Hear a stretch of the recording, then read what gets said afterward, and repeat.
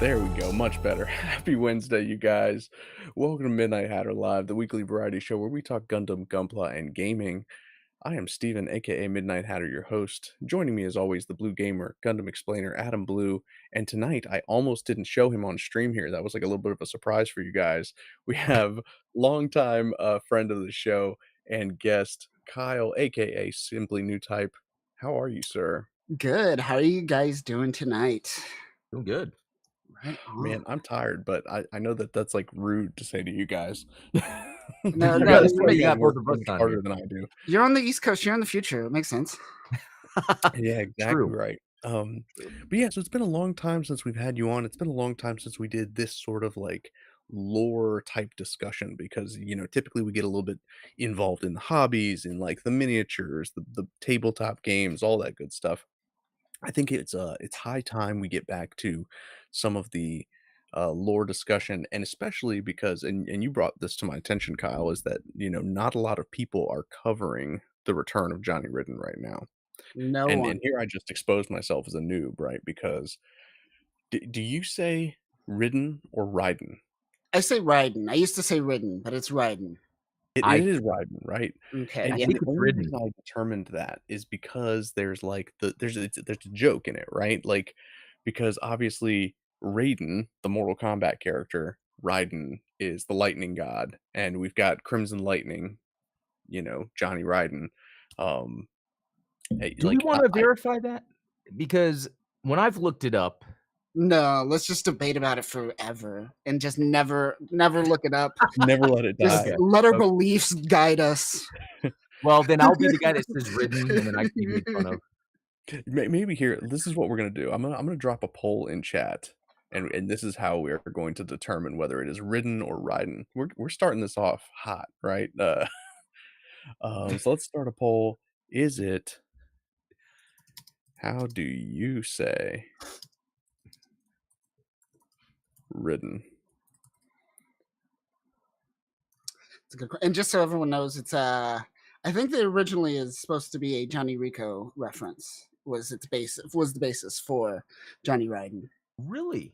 I mean, it makes sense. He's a Heinlein influencer. It would only make sense that he would be influenced by the blondest man in all of Brazil, right? Wait, wait, go back. So, what's the connection again? I'm a huge Just the Starship name. Troopers fan. Just the name. Oh, just the name, okay. Which I Hey, mean, that's that's enough that's for a me. classic. You That's a classic like Gundam Tomino thing. Is just recycling names from pop other things. culture. Yep. No, Yeah. that's a good point. But yeah, he's an interesting person. So what you said you don't know anything, but I'm just curious. What is your base knowledge of Johnny Ryden?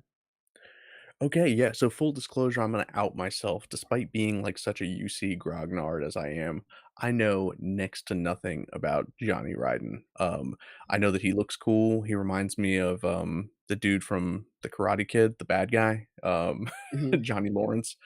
But, most of my exposure to Johnny Ridden as a character has been in video games. So it's like, I know the meme of him getting confused with Char, like, "Oh, it's a couple blonde white boys piloting red mobile suits, like, that must be Char, right?" Like, I get that. But as far as his story, and of course, like I'm aware that there's been a number of retcons to his story over the years because, he appears here in Zeta and maybe he loses his memory and thinks he's someone else. And there's a lot of twists and turns. So I'm hoping that you can unravel this spider web for me and lay it out in smooth brain terms so that I can understand. Okay, sure. So we have the original story. What is it called? Brave Soldiers of the Sky, or Brave Soldiers, where it goes through the Xeon kind of aces, and the biggest one is Johnny Ryden. In that story, we kind of learn about Johnny Ryden, who he is, what he was doing during the war, and he had a relationship with Caecilia at the time as they grew up together. Um, then there's another story of Johnny Ryden post-war where he and Shin Matsunaga team up together to kind of take down like this problem of their past situation. And he kind of solves all those problems. In that story, he was never in love with Kycelia. It was all kind of like him being emotionally and manipulated, just like it was a power thing. Like he was helpless. What is he gonna do? Like we say no to her. Yeah, I was gonna say he sounds like UC Mashimar. Yeah, Yeah, that's there you go. Yeah, so it was kind of like a situation where, like, no, everything heard from this story wasn't actually true. It was kind of like emotional manipulation. He does this thing with Shin Matsunaga, goes to live off his life with his supposed true love, right? That's where the return of Johnny Ryden comes in. Um, that's where we get the idea. Really good writing. It reminds me of Hickman, where someone like Hickman is really good at taking someone's trash writing and turning it into gold. I am so glad that you brought up Jonathan Hickman because, I mean, he really is like the script doctor for Marvel Comics in a Yeah, lot of ways, um, and he's absolutely. successfully saved several arcs from, dumpster fires. Mhm. Yeah, absolutely. And that's kind of what we're getting here is in Johnny Ryden, we get kind of all these stories we heard of the past, right? Of him, what he was doing. All of these were just kind of rumors. Some of them were maybe true, some of them maybe not, which kind of gives you the idea all these stories in the past can be true, maybe, who knows, aren't really, because you learn that the real Johnny Ryden has kind of been working for this program called FSS, the Federation Survey Service. So that ties in to the plot to assassinate Garen. Have you guys read the plot to assassinate Garen? no. Oh my god. So, See, this is uh, this is so for those of you guys who don't know, obviously, Simply Newtype on YouTube, like, Kyle breaks it down like this, in his own particular flair of comedy and, uh, a and, explanation to bring all these, lore details to light because a lot of these mangas, I don't have time to read them, show me the cliff notes, or in this case, the Kyle notes, and, I'll be happy. there you go. So yeah, we get to the plot to assassinate Garen. There was this program that was run called oh god, I'm forgetting the name, but essentially they're kind of picking up the scraps of everything happening. They're in charge of what's like kind of going on. They're in charge of investigating things.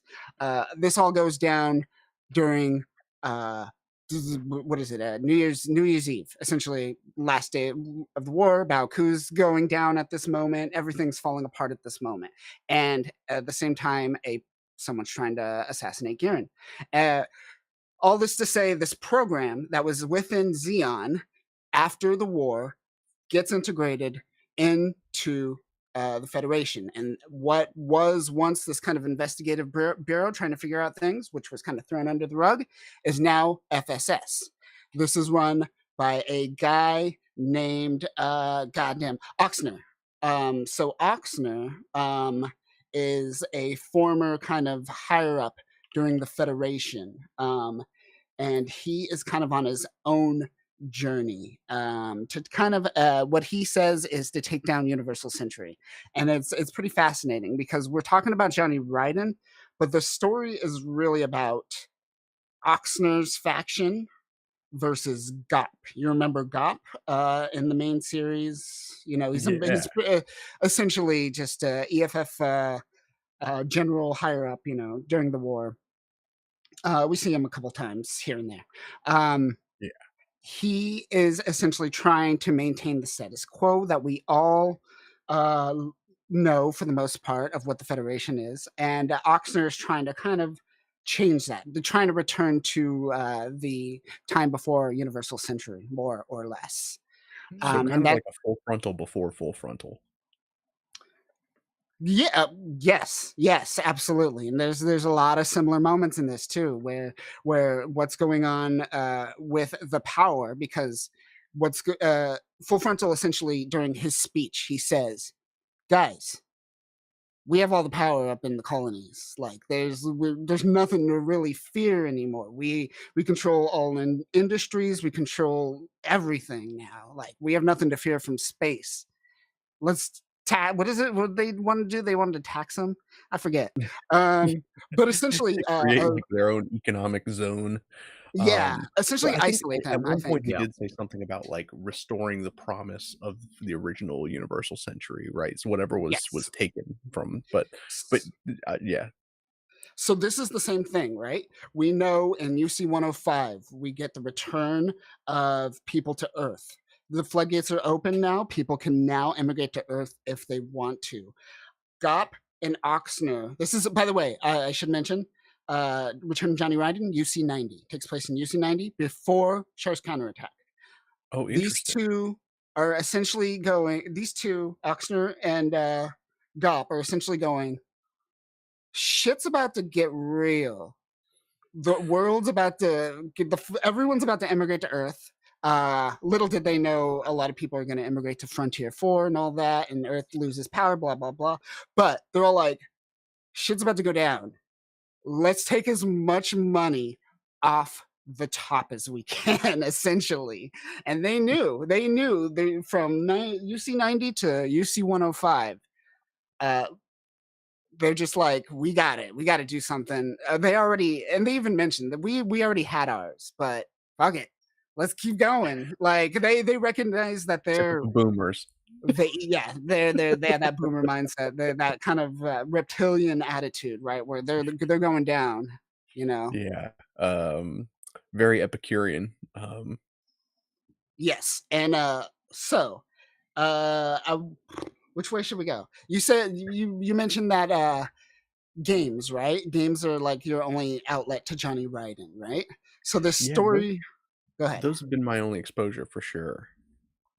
Okay. But they don't even come close to everything he that you're talking about here, in the Return of Johnny Ridden, which to me, the way that you're describing these stories almost treats Johnny Ridden as less of a character and more of like a force of nature. Like kind of like the Yes. way people write about Superman, where it's like most Superman stories aren't about Superman, they're about the people that are in Superman's orbit. Yes. Exactly. And they do this. You pretty much, yeah, you got it because the whole time he goes by the name Led Wayline, and he doesn't remember who he is until the end, essentially, until he could remember and come together and save humanity, type of I'm situation. Yeah. So so glad you you mentioned got that it. because Got it. hilarious. And I'm gonna have to bring it up. Every week I gotta talk about G Generation Eternal.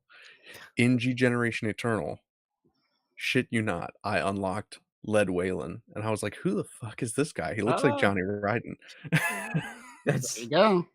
that's pretty cool. So yeah, spoiler, but not really if you're watching it because you're like, "This is Johnny Ryden," right? The whole time you're like, obvious. It's like Speed Racer, right? Like this is Racer X. Yeah, Obviously, that's or like Racer Char X. Aznavour, in Zeta, yeah, it's like, we get it, Quattro, like, come on. Yes. Yeah. But going back to the games, both of you played Rise from the Ashes, right? I Yeah. assume. Yeah. Yeah. All right. So what was like the main thing around that story? Right? It was a It was that certain thing that was gonna cause Yeah, all the Astaroth. it was a chemical that was gonna cause all the Astaroth. yeah, Correct. okay, cool. So it's a biological weapon. So Yeah. this biological weapon that was used during the 1 Year War was essentially a tool that was created by the Chimera Corps, which essentially is. Do you know who the Chimera Corps is? God damn, there's so much. It's so crazy. So the Chimera Corps is Caecilia's kind of like secret team. Uh, and they're Yes. essentially They're they're like her special guard.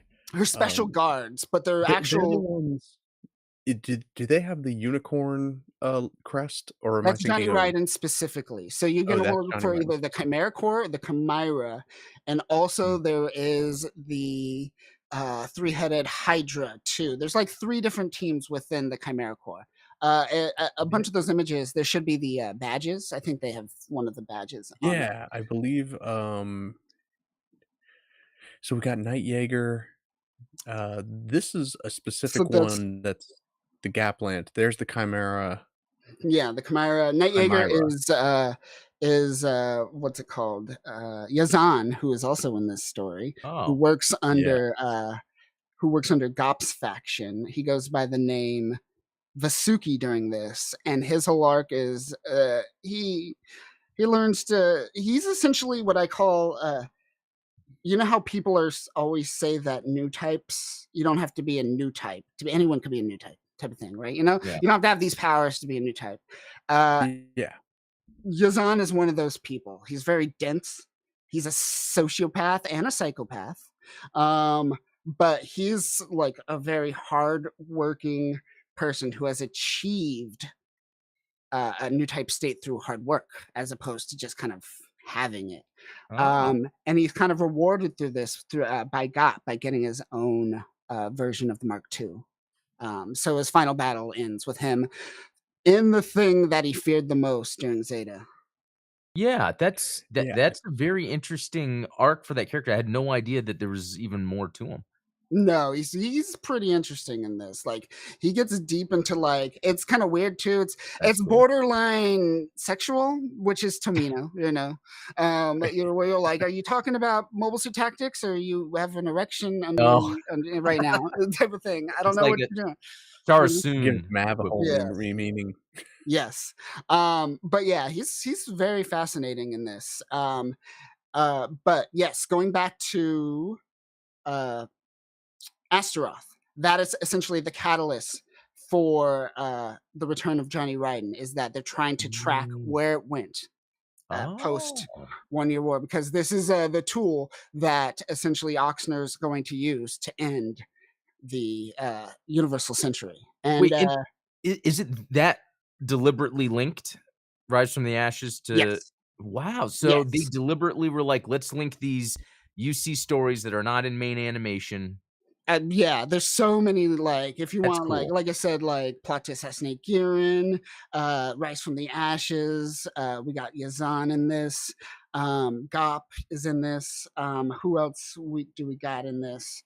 So many just like connections from the past. And like this is called MSVR, The Return to Johnny Ryden. It kind of gives the MSVR line of mobile suits their kind of play too. Mm. So each like little thing that like Kunio Kawada made back in the day, like it gets a moment in this because not only are you trying to solve this one problem, they're also a part of the Federation survey. So you're kind of going through these many like stories of them just like learning about things from the past, learning about certain balls that don't exist anymore, stuff like that. Learning about what is it like the G series, the Gundam G parts from the 1 Year War and how they were utilized post 1 Year War, stuff like that. It's really, really cool, and where we're definitely just going to touch like just the tip of it here. But Yeah. where are we at? Astaroth, right? But yeah, that's the tool, and everyone's trying to stop Astaroth because it does the like it does the same thing. So it like essentially grows and kills everything that it touches, type of thing. Um, and essentially they contain it. All of that. I'm trying to think. But yeah, that's the link to Rise from the Ashes, and there's also what should we talk about? Oh, there we go. We could go back to the little girls real quick.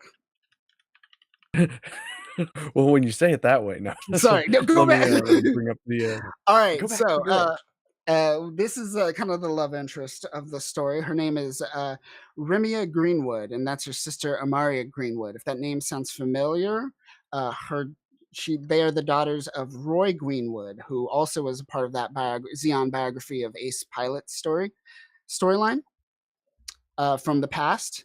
He died during the 1 Year War, um, and who adopted them was like the main character from the plot to assassinate Giran, essentially. So after their father Ah. died post 1 Year War, the main character from the plot to assassinate Giran kind of came, picked them up, and kind of raised them. They like I think they mentioned they raise like 100 kids. They have like a huge foster thing, but they're obviously the two main characters, so they get more screen time. Mm. Poor other 98 children. Um, But yeah, it's fascinating to see the geopolitical landscape that kind of plays out, whether it be people trying to do this because also this Oxner character is essentially going to be the next Federation Prime Minister, I believe. Or yeah, Federation Prime. He's pretty much in the running. He's pretty much set to be him, and Gop's kind of mentoring him slash hating on him slash their rivals type of situation. They even do the cliche where they roll the dice and they play chess, and I'm like, I get it. You're playing with people's lives. It gets a little cliche Oh, too. But it's kind of it's fascinating. It's fascinating bringing all these elements into it. They get this one ship that's called the Sangre Azul. It's a Zanzibar ship that is like it's the only thing that has the GPS location to Astaroth, and it's been hiding in Jaburo this whole time. And you learn that Jaburo was fine. The only place that got nuked was like, because remember, Jaburo was like kind of like a good chunk of underground in South America that connects yeah. all these like rivers and stuff, right? Yeah. Um, a good chunk of Jaburo is it's good. It's fine. You could use it.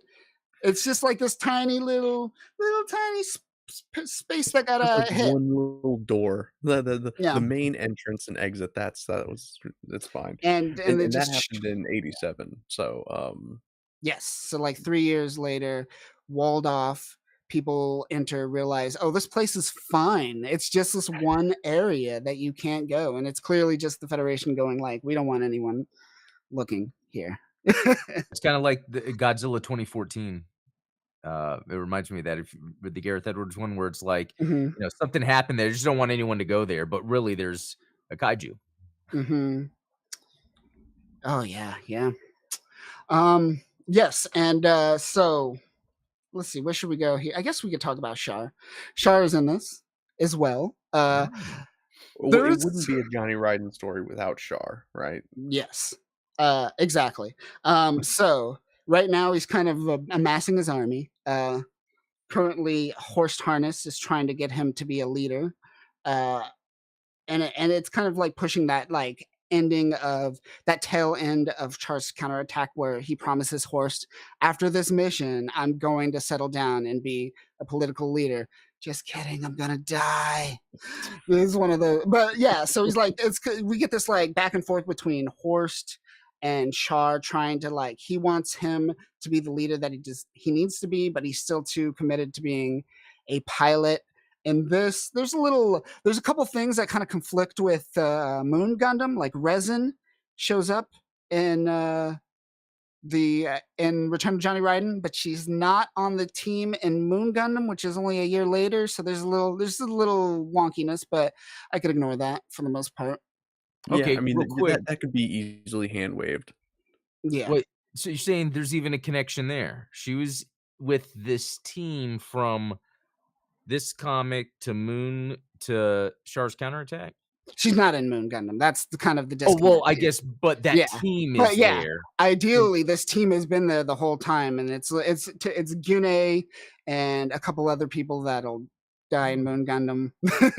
okay. uh, but yeah, and then Resin is on this team. She's just kind of like a grunt in this. She's not even anyone at this point. Oh, but that's Um, cool. but yeah, I like so there's that connection as well. He's working on a essentially before he gets to the Sazabi. Oh, yeah. Okay. So right now, on his team is currently working with him is Arlette and Danton. So if you don't know Arlette and Danton, they are the main characters of Twilight Access. You remember Twilight Access? Oh, yeah. Oh, yeah. There you Wow. go, Yeah. drawing in even more, Yeah, So it's even this more blowing is my connections. mind.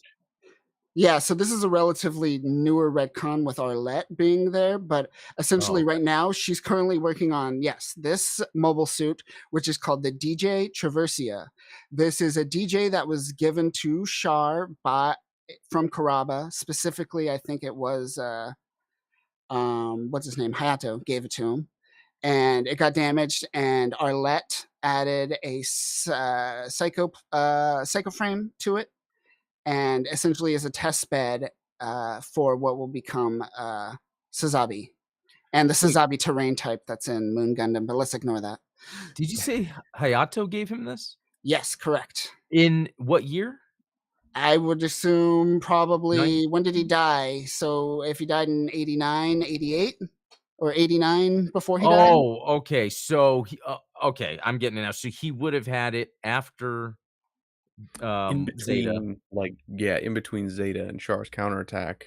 Yes. And so though I'm curious, and this might be another story, does it eventually kind of show more of a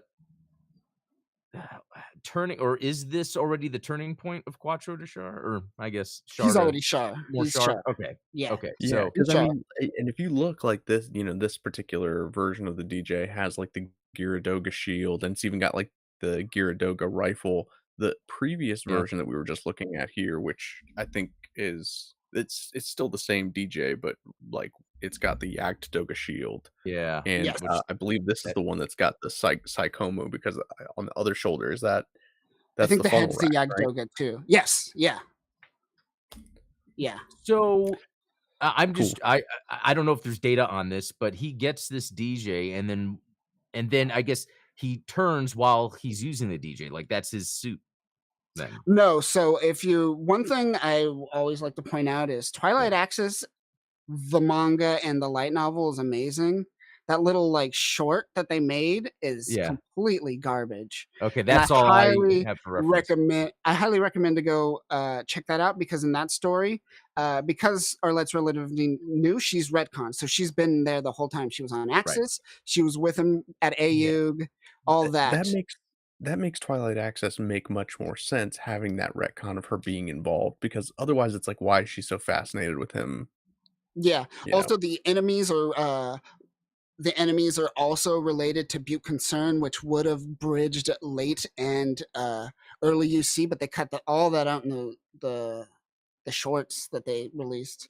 So Oh, you could okay. have had this really cool thing about like Butte Concern coming in and the rise of Crossbone Vanguard, but no, none of No, Interesting. that. of course not. But anyways, sorry, I brought up Arlette because in Twilight Access she mentions Char disappears.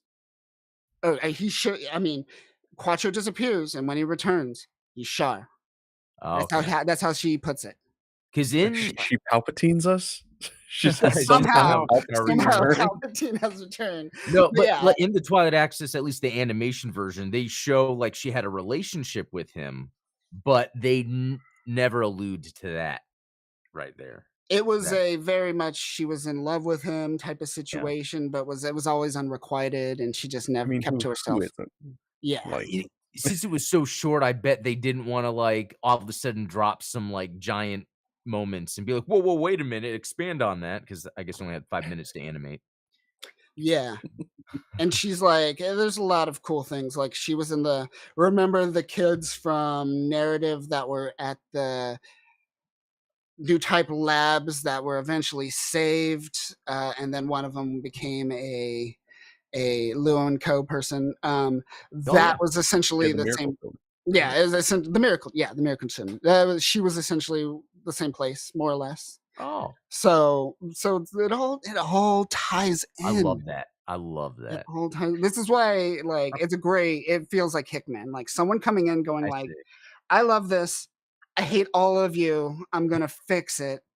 You're probably gonna ruin it again, but we'll have a moment, people. We'll have a moment, and it'll be glorious." And that's That's what funny. this is. It's really good. It's really good. And you mentioned the data on the DJ. That's I don't. Then I'm the only one who talked about it. I don't know anyone who's talked about this mobile suit at all from a data spec. No, I mean, it's, Because it's mentioned in only the last two chapters. So, and that's not translated yet. Oh, come okay. on, get to work, Xeonic Scans. No, and I'm glad that you mentioned, like, the idea of a writer kind of coming in and retconning it, and again, I'm glad that you mentioned Hickman and not Johns, because Johns is just an absolute hack. But, You're as getting me far as comic started. writers go. God damn. But, Yeah. you know, it goes back to this conversation that Adam and I have had like probably a dozen times on the show where we talk about like the idea of like these oral traditions and how like, even though the origin animation conflicts with what happened in the original series and like Thunderbolt seems so wildly inaccurate, it's not that we have all of these alternate AU or alternate UCs, like it's not these different, it's just different interpretations of these stories. And like Mhm. when you have this return of Johnny Ryden that can kind of tie them together and say like, here are the threads that kind of bind these stories together.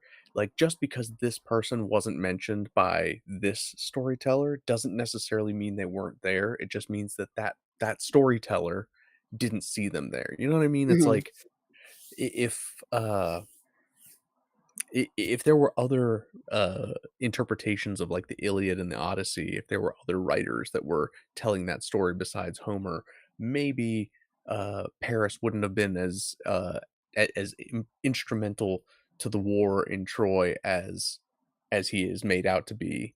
Like his affair was like a minor thing. It's like, oh no, this was a geographical dispute. The whole thing with the Queen, that was a nothing thing. Like, you know what I mean? Yeah. Uh, uh, Yeah. and real quick, and I don't know if this was written in the story or this was from like before, or like the Crimson Lightning Yes. nickname. When was that introduced? I Or don't think that's mentioned or referenced. I think that's just a nickname given to him during the One-Year War. It just kind of spread. okay, and Yeah. that's kind of okay, like the marketing thing at first to kind of differentiate him, make him a cool ace pilot. Okay, but Yeah, that's not because Call really it pivotal to his story. because like no. Ron Rawls, the Blue Giant, um, Char, the Red Red Comet. Comet, yeah. Okay. They all have star type names, don't they? Yeah. Yeah, Celestial definitely. names. Huh. Um, yeah. Uh, let's see. What other tie-ins? I'm trying to think of like some cool tie-ins because this manga ties everything together. We could talk. All right, if you want to talk about the. Were you going to mention something? Sorry. Well, I was gonna just ask, like, can you lay it out just in terms of like UC years? What is Johnny Ryden's allegiance? Because I've seen him bounce back and forth between, like you said, he's part of a Federation organization. Obviously, he was a Xeon Ace pilot during the One-Year War. Um, Hmm. I think I've even seen him in an AU uniform at one point. Like, can you walk us through just his allegiance from 79 to 105? Yeah, so 79, of course, he was a part of the Chimera Corps up until Bawaku. And after that, there is a kind of vagueness of what happened between, I don't know, probably 3 months, I would say. But essentially, he and the head of so Oxner is the kind of like chairman currently running for president, but he's the money man for FSS. There is another man called, I could remember all these names, damn it. Hold on. Hubert. Nope. Essentially, there's a president of FSS who was also a former soldier, and it's hinted at that Led Wayline was this guy's best friend back in the day. Jill Brockton Oh. Hoover? Thank you, Hoover. Yes, Joe Brock and Hoover. Um, it was There's assumed not that not a like more American name than that. yeah, it was assumed that like Led was like his friend back in the day, and they don't say, but we assume he's dead, and Led kind of takes on his name, and he's kind of been his Ah, friend. So he's been his best. Those two have been best buddies for the since 80 to 90, essentially for the past 10 years, doing Federation stuff under the guy. A lot of the people that work in FSS are some of our Chimera Corps members, and a lot of them are former Xeon members. Mm, Operation Paperclip. Mm. yeah.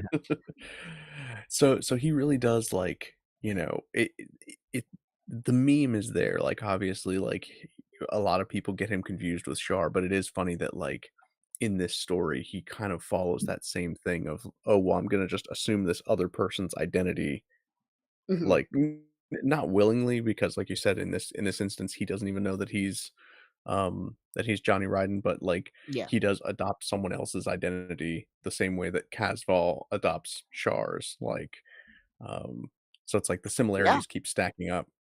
true. True. It's all there. It's all connected. And it's funny because like we're talking about Johnny Ridden, but we're actually not talking about Talking Johnny about him. Ridden. You know, if you notice that, yeah, because it's not really about him, which is interesting. It's everything happening kind of around him, which is always a good. It's always good for you. That's a good sign for your character. And he's not stupid because usually like you want your character to be the guy who learns stuff, and the easiest way to do that is just to make him dumb. But they don't do that. They don't do that, which is nice. No, that's yeah, I'm glad they didn't go with that trope. Um, yeah, it really is like the 6 degrees of Johnny Ridden. He's Yeah. the Kevin Bacon of the universal century.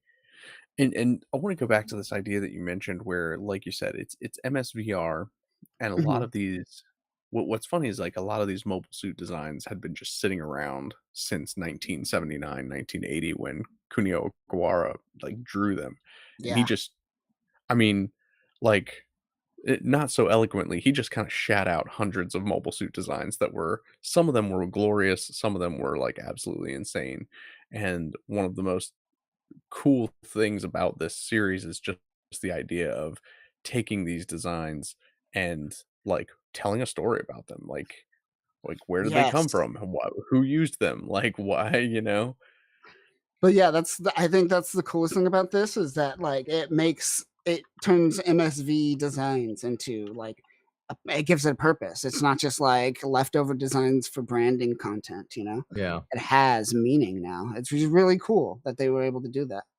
You don't have to do it in like a cheesy corporate schlocky way, Yeah. which is yeah cool. Huh. Um, Well, and oh, real quick, I was just reading stuff because I found that Cassilia thing to be interesting. mhm. Um, but it was interesting is it sounds like he was uh, like his parents were from Earth. But like I guess his dad was a What is his Xeon. background? Yeah, I think he is half. Yeah, I think one of his parents is an Earthnoid and his Ah, dad's from the colonies, I wanna say. because that's kind of a cool background for a character, especially when the sides are ambiguous and Yeah, different things might lead to where you feel your allegiance is.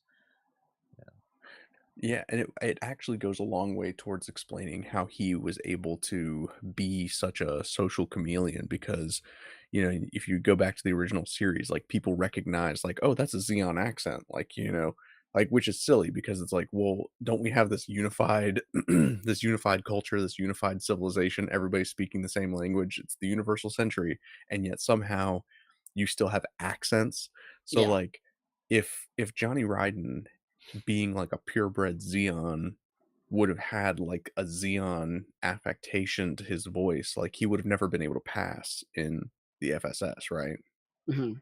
Or True, SSF. yeah, and it's mentioned a lot because Remia, I think, has an accent, and people point that out, Oh, which is interesting, yeah.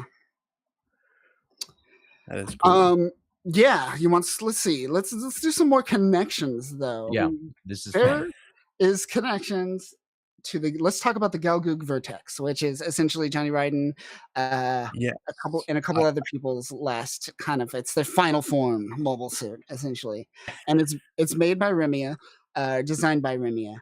here's Uh, one version of it. That's the yes. Oh, that's another thing. You want to hear the cool thing? MSV is an actual system within Universal Century. So after a while, Anaheim Electronics and all the weapons manufacturers have standardized each part. So much so to a Hmm. point where no one makes bespoke parts, and we won't actually see that until UC 122 when Randiger Heavy Industries kind of a new player comes So it's onto like the UMP scene. on steroids. Because like Yes, UMP was just like Xeons trying to, dial everything in and make it yes, coherent and compatible with one another. But yeah, it sounds like MSV is like a whole, interfactionary system of integrating mobile suits yeah. with one another. And it's like each part, like you don't make new parts, but there's millions of parts, and you can combine different parts and make certain things. So this Gelgoog Vertex is the kind of the the process of taking like in a million parts and making something out of it by Remia. And she specifically used old, uh, what's it called? Old Gundam Development Project parts. So, uh, we know in like Axis, the Tristan has something that's kind of like the Dendrobium, and it's loosely Yeah. based off of it. But uh, the Gelgoog Vertex took all of the Gundam design, Gundam development, specifically the booster binders, the big booster binders in the back, Yeah. from GPO2, and all of GPO2's design engineering is in this guy right here. Whoa. Yeah. And you can see it, like, in the interior, which is it's Hmm. interesting because when you look at the exterior or the armor plating, it looks like the Rigelgu, right? Like, it Hmm. looks like it looks Yes. like a Gelgu with Rigelgu, binders on the back, with Rigelgu shoulders as binders. But underneath the plating that looks like Gelgoog armor, those thrusters are aligned in the same way as the GPO2. Yes. Yeah, absolutely. And there's 3 of these units made. Each one's bespoke and custom. This one's for Johnny Ridden. It's called the what is it called? Hold on. It's Testarossa. So this is the Testarossa. There's also a Kyranos and a hold on, a I do get a lot of Xanthos. testosterone off this, so it's, Yes. One's kind of like a short range and the other's a sniper, which is pretty cool. And I Uh, don't know if you guys remember this. Were any of these in GBO2? They are only in GBO2 because I cannot find actual story data from it. I literally had to pull from GBO2 because it's the only thing Wow. that exists, at least in English, That's about these pretty units. neat. Okay. I there's love that. so much of Gundam lore that is like that, where it's like, "Oh, it's in this random high-grade manual from 2002," or like, "Oh, it's in the data file of a video game that, like, when you unlock a mobile suit, it tells you what it's from." Mhm. So, yeah, I mean, again, it goes back to the idea of I love that someone would actually be going through and doing I guess there's not a lot of research to be done because Yeah. there's not a lot of material to go through, but somebody's going through and writing out stories that flesh out some of Yes. this lore. That's the Kyranos, by the way. The other Gelgoog Vertex. Okay. And then the final And then one, that's the what did I say? Sniper. Xanthos. Xanthos. That's it. That's cool. Yeah. You could Yeah, see I that. do love that it's got The three the kind Zaku Flipper. scope. Yeah, those Yeah. things are Yeah, cool. As the 3 Scope things. Dog. I love that. The little animation, especially from the 80s. It's good stuff. Good stuff. Yeah. I'm trying to think. There's so much. I'm just not drawing connections. Is there any questions you Yeah, have? that's a good point. So if I was thinking of a connection that would find interesting that had any implications, anything to have to do with Amuro. Does Amuro have any sort of more direct impact along Johnny Ryden's No. story? No, Okay. not at all. But Okay. essentially, the reason why Char's fighting in this is directly motivated by by Amado. Okay. Yeah. Okay. So there's that. Yeah, because I mean, let's face it, if Johnny Ryden had ever met Amuro, then there wouldn't be a return of Johnny Ryden, right? No, maybe. Uh, There's Yeah. never a return with that guy. I saw no. Geek Books, they all survived in that universe. Exactly right, and what's the common thread? No Amuro. Um, so I guess my question is, like, 'cause like we mentioned before the show started, like, I'm a big Shin Matsunaga fan. I love the gray, AKA yellow Zeta, from Gundam Evolve, and obviously, Matsunaga and Raiden had their relationship I say relationship friendship towards the end of the One-Year War. When I say relationship, makes it sound like, they were hooking up. But, they had their friendship towards the end of the One-Year War. Here we are in, like, Zeta era. Where is Raiden when Matsunaga is running with the Ayug and Karaba with his custom Zeta? Just Is on that, Earth. like, the same period where, he's got his Gelgoog Vertex? No, so this is all like last mission type of thing at the end. But like the story takes place in UC 90, probably covers about 6 months, I want to say. He's just been laying low, working, being a because the FSS he works as like they're an investigator for engineers, so they're trying to figure out old things from old tech from the 1 Year War. So Johnny Ryden's the test pilot who tests them to give test data to get a proper investigation type of thing. I And And like do he's they that. been have doing any that idea for 10 years. What's up? do they have any idea that he's not just, like, some scrub test pilot, that he's actually an ace? Yeah, no. Besides, what was his name? Besides the main guy, Hoover, no, no one knew. Yeah. Well, I will show this off. I decided to pull it up on my phone so that you guys can see. I'm not bullshitting here. Here is Lead Wayline That's in cool. G Generation Eternal. Nice. He's actually a super secret rare. I have not leveled him up at all. So I'm curious. Let's see. Here in the this is perfect. In the character database, it says, he's from MSVR, and it says that, he's a test pilot and that he has a spotty memory. Yeah. A member of the Federation Survey Service, a skilled mobile suit pilot, memory is a bit spotty, and some suspect that he is Johnny Ridden, an ace Yeah, pilot from the 1 Year War. nice. I Nice. love that. I love that they leave it open ended That's good. because it's Yeah, I'm like glad they don't they say it Yeah. don't just outright. spell it out for you and spoon feed you. Which, Um, by the way, I wanna just take this moment. People are so mad that I said that in my unicorn coverage about the essentially the ending with the tablet and the rules of the UC charter and stuff like that at the beginning, and because I was just all like, guys, you saw that opening, right? We knew how this was gonna. I don't know about you, but I know how foreshadowing works. I was like, that's it. It told us up front what's gonna happen, and they're all like, you told us everything up front. I'm all like, no, they kind of did. That's Dude, a gun in the first act, third act. What do you think's gonna happen? Sorry, I had to rant about that. No, no, dude, that it's like I'm. It's funny because that is probably one of the more telegraphed moments in like Gundam prologue history because there's a lot of I'll be honest, like, shoot, when I first started watching Witch from Mercury, one of the big turnoffs for me was the fact that the prologue was such a like whiplash knee jerk to the actual series. I'm like, when the fuck are they going to talk about the stuff that happened at the beginning?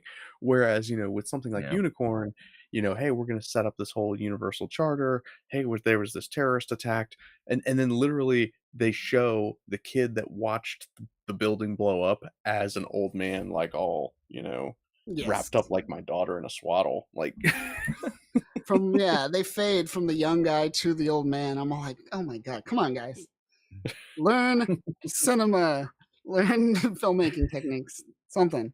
These are easy. These are like 101 stuff. Come on. Uh, it's hilarious though. Yeah. and Um. so correct me if I'm wrong, you are picking Yes. these up like from like Xeonic scans, like Xeonic scanlations, like the fan translation of or are you reading Uh. them somewhere else? No, this I did all myself. Well, the I read the scans up to a certain point. I think Xeonic did some of it, and then someone else does it, and it gets bad. I highly recommend don't do it. Reading those, but no, I just read them myself. Dude, that's amazing. It was But tedious. that's why we always go to you for Mhm. pronunciation help. Is Good because point. you're not coming off of like the localization and anglicization of some of these names, which is True. you can lead to a lot of folly. Yeah. Oh, you want to know another fun fact that's tied together via Johnny Ryden? So, Always. Garden of Thorns. You know Garden of Thorns, right? What's Stardust that from? Memory.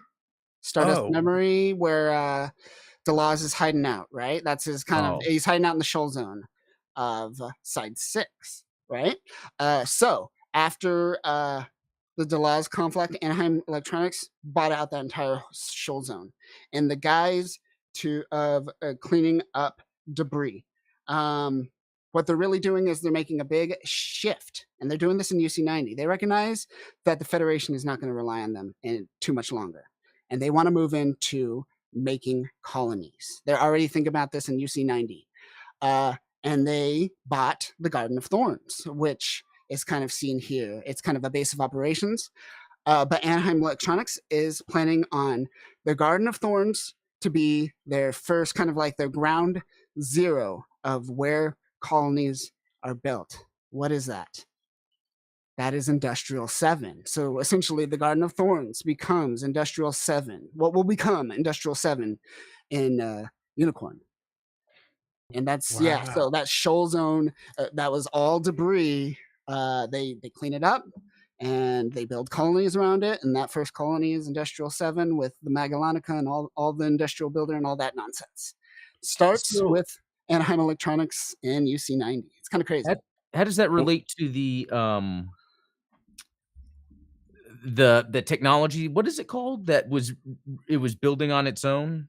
The Magellanica, the colony builder, right? Is that what you're talking about? yeah. Yeah, so it's that technology that we see in it is so they're even tying what we see. That is really cool. That because I always think about that when they Oh, show it yeah. in action, and I'm like, it's cool that they're showing the mechanics, but it's not like it really meant anything to the story necessarily. Not only that is that they recognize that someone's gonna come and beat them soon. They saw that, and that happens. SNRI eventually comes and becomes the big player late UC. Yeah. Uh, Man, I can't so believe they were got one that. step ahead. Yeah. That's so I mean, even the writers to think all this stuff. Wow. Mhm. Or is that more of taking the thing that happened in Unicorn, let's make this make sense, and then connect Yeah, Stardust Memory and all that. Okay. definitely. Yeah, yeah, No. for sure. Wow. I love Yeah. it. Little column A, little column B. Well, okay. So we're almost towards the end of the hour. What I do want to ask is because, like you mentioned, we have done a lot of talking about the things that happen around Johnny Ryden. We have not done a lot of talking about Johnny Ryden himself. My experience of his character has always been like, you play Dynasty Warriors, you play one of these games, and he shows up on the scene and he's like, "Don't call me Char," and he's got this whiny attitude to him. I know that that is not his character in the stories because I mean that would just be too easy to just like Mhm. grab this kind of shit character like that and abuse him for video game laughs. Tell me a little bit about his characterization in the mangas. Yeah, so at least I'll do it from, I guess, Lead. Lead Yeah, is kind of quiet, calm, and collective. He doesn't say much unless Remia kind of pushes him to say something. She's kind of like his funnel into the world. If it wasn't for her, he would be a recluse. I think so. For the most part, he keeps to himself. He's reserved. He just takes orders from Hoover for the most part and does what he says, even though he kind of gets caught up in all of this, which is against Hoover's will at first. Um, but yeah, he's like perfect witness protection person. Like he's doing everything proper, man. He's just like not being pointed out. He's just inconspicuous, laying low. He's Do you chilling. think that makes him seem like a blank slate character in a way? Yeah, I think that's by Okay, design. Yeah. cool. Yeah, that's what well, and yeah, that's what it sounds like. it's one of those things where like it's a very Tomino trait where he's a character that doesn't have a ton of ambition. Like, Mhm. and I know people like this in real life where it's like, people that are content, like, dude, I make like $4 more than minimum wage, but I have no desire to make more money than that. I have no desire to start a family. I'm just cool, just cruising. Like, this is where I'm at. Like, I'm in my zone. And like, it really does sound like Johnny Ryden is that type of character where he has zero ambition. And I think that to your point, it kind of makes him easy to manipulate. Mhm. People like Oxner, people like Cecilia, that Sure. they can find ways uh to to get the behavior that they want out of him without too much effort because he's not the type of person that says this isn't something I want to do. Like you can, you know what I mean? Yeah. Absolutely. And I think, yeah, he's just kind of he's looking for peace, but he's like he'll roll with the punches if he needs to, but he's always gonna like I go this way in the forest for a little bit, just hide out, chill. Um, Just vibe. yeah. I guess I could say if we want to get a little bit more thematic, not in terms of characters at all, but in terms of the themes. Uh, if you look at if you look at Johnny Ridden uh, to uh, to Char, it's very much like if you ever read Ender's Game. It's like Ender's Shadow to Ender's Game. Have you ever read those Yeah. books? Mhm. Mhm. So, like, if you ever read him, there's you read Ender's Game. He's like supposed to be like the genius. He's the leader. He's gonna bring us all together. He's gonna be our savior. That's gonna guide us towards killing the alien race. And you Right. learn Because who on is it? Ender. Oh, go ahead. 'Cause who is it? It's Bean, right? Is the Bean. Yes, and I was gonna yeah. say, and you learn that in Ender's Shadow, Bean's way smarter. He figured it out. He's like, this is all a game. They're testing us. He's being put in place, and Bean wasn't chosen because he's too self-aware type of situation. It's very much like that. He knows what's happening. He's very self-aware. He sees all the pieces. He's staying put. He's good. That's a very like, that's the perfect comparison, and again, reference to a fantastic writer because Orson Scott Card is one of the best in the game. Um, Yeah. wow, that's awesome. Yeah. Yeah. So So he's tell me. Oh, go ahead. Yeah, I was just gonna say, yeah, he's very, very.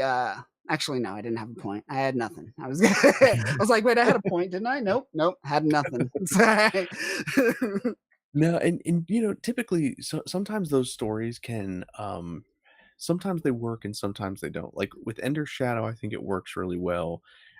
In the example of something like, and Adam, you and I've talked about this, is like Rogue One, where Rogue One recontextualizes the events of A New Hope, because now, instead of it being like Luke Skywalker's intuition and force sensitivity that allows him to defeat the Death Star, it's like, oh no, that was always like, he had Luke's shadow, so to speak, that did the Mhm. work for him ahead of time. Um, Yeah. and Oh, so that's interesting. I Yeah. think that, yeah, in Ender's Shadow, it works really well. You don't really see it as much with the idea of like Johnny Ridden and Char Aznable. Like you see the character. I know what you mean, like by the character relationship, but it's not like Johnny Ridden was never going to be the one to drop Axis, right? No, Like no, he wasn't like exactly. the backup plan. No. Um, Mm. but yeah, what do you think? Do you think it works that way, Adam? I actually never really thought about a character in that way, and I do like that, and I think I've seen this in other characters too, like, it's a bringing up actually Ash from Evil Dead, like, even the first one and second one, like, were really his character, especially in the first one, was just kinda thrown into these things, and he's just kinda, like, dealing with it as it comes to him, and even by the end, he's dead, so it's almost like there's nothing he could have done in that, but the second one, they make it to where he's back to life, but now he's just kind of pissed off because they're just effing with him. So it's more of now he almost has this like motivation to do something, but just doesn't care until he gets transported back in time and has to get. So he like doesn't care about anyone. He's just trying to do what he can to get back, but then he has to help. So it's just interesting hearing this characterization. It gives me, I guess, more ideas for when I'm writing my characters of what to think about. Makes me appreciate it a lot more too. Not just another manga side story, character. Yeah, no, absolutely. And like, hey, going into chat, obviously, Ultronymous and Alan Mitchell are talking about the idea like, oh, well, Johnny lost motivation from being an ace pilot for Xeon Mm, when they lost the war. Ultronymous reiterates that like a soldier that lost his place. Um, what yeah, I like about that is that it offers an alternative to your Gato style yeah. That's what I soldier was without thinking. a cause, right? Mm, It's so easy for writers to fall into tropes and say like, "Oh, this is the Bushido that like loses his master and now he's roaming and he's angry and stuff like that." It's like maybe sometimes there's soldiers that are on the losing side of war that just like Then that yeah, life's life. What yeah, what are you gonna do? Like yep. you can't keep you can't be like the Japanese soldier on the island in the jungle that thinks that he's still fighting kind of thing. Like you have to at a certain point you just have to let go and let live kind of thing. Yeah. yeah, Um so I love that as an alternative to the typical trope. yeah. definitely. Yeah, it's interesting. But, Kyle, tell us where we are going to be able to, keep up with so I assume do we have another video in the works covering Return of Johnny Ridden here soon? There's going to be a giant kind of compilation. So we had a compilation for the Return to Johnny Ridden, but there'll be a bigger one, kind of compiling the previous stories with the Return of Johnny Ridden, so you can see it all from his love with Caecilia to all of this happening in UC90 with Astaroth. Beautiful, man. I love Yeah. when you've got these compilations because, when they get to be like 2 and 3 hours long, I can just throw them on while I'm at work and just kinda, like, vibe to Yeah. some That's awesome. Gundam lore, which is great. Nice. Hell yeah. Oh, man. Well, dude, thank you so much Yeah, for coming on and breaking this down for us because, that like I was fun. said, this is my scarlet letter, Scarlet Lightning? I don't know. My scarlet letter of knowing nothing about, Johnny Ridden, and now I feel like I know even less about him as a person, but more about Mhm. everything else that happened around him that seems to Nice. connect to everything else in the Universal Century, so that's really it's really like I said, it's a fascinating character. He's almost like the Universal Century Tom Bombadil. Oh, that's the guy from the Lord of the Rings that gets taken out of everything, right? He's never in, or was he in the new one? I hear he's in the new one, right? They did work him into the new one, but, Okay. yeah, Tolkien's self-insert, I guess, is the well, cool, man. Yeah, like I said, I've got links down to Simply Newtype in the chat or in the description below. So you guys, if you haven't already, definitely go check out Kyle's channel. Go Oh follow him at FSG Media on X, Twitter, yeah. what have you. Mhm. Is it FSG Media on Instagram as well, or is it Free Speech Geek? I think it's FSG Media as well. Yeah. FSG Media as well. Yeah. Yeah. Um, I love how you have been choosing violence on Twitter lately So fun. and trying to shut up some of these people that It's run their not mouth. now that Superman's over, it's calmed down. But before Yeah, before you're that, you're it was getting out here wild. slaughtering Snyder boys. Adam, thank you as always for joining.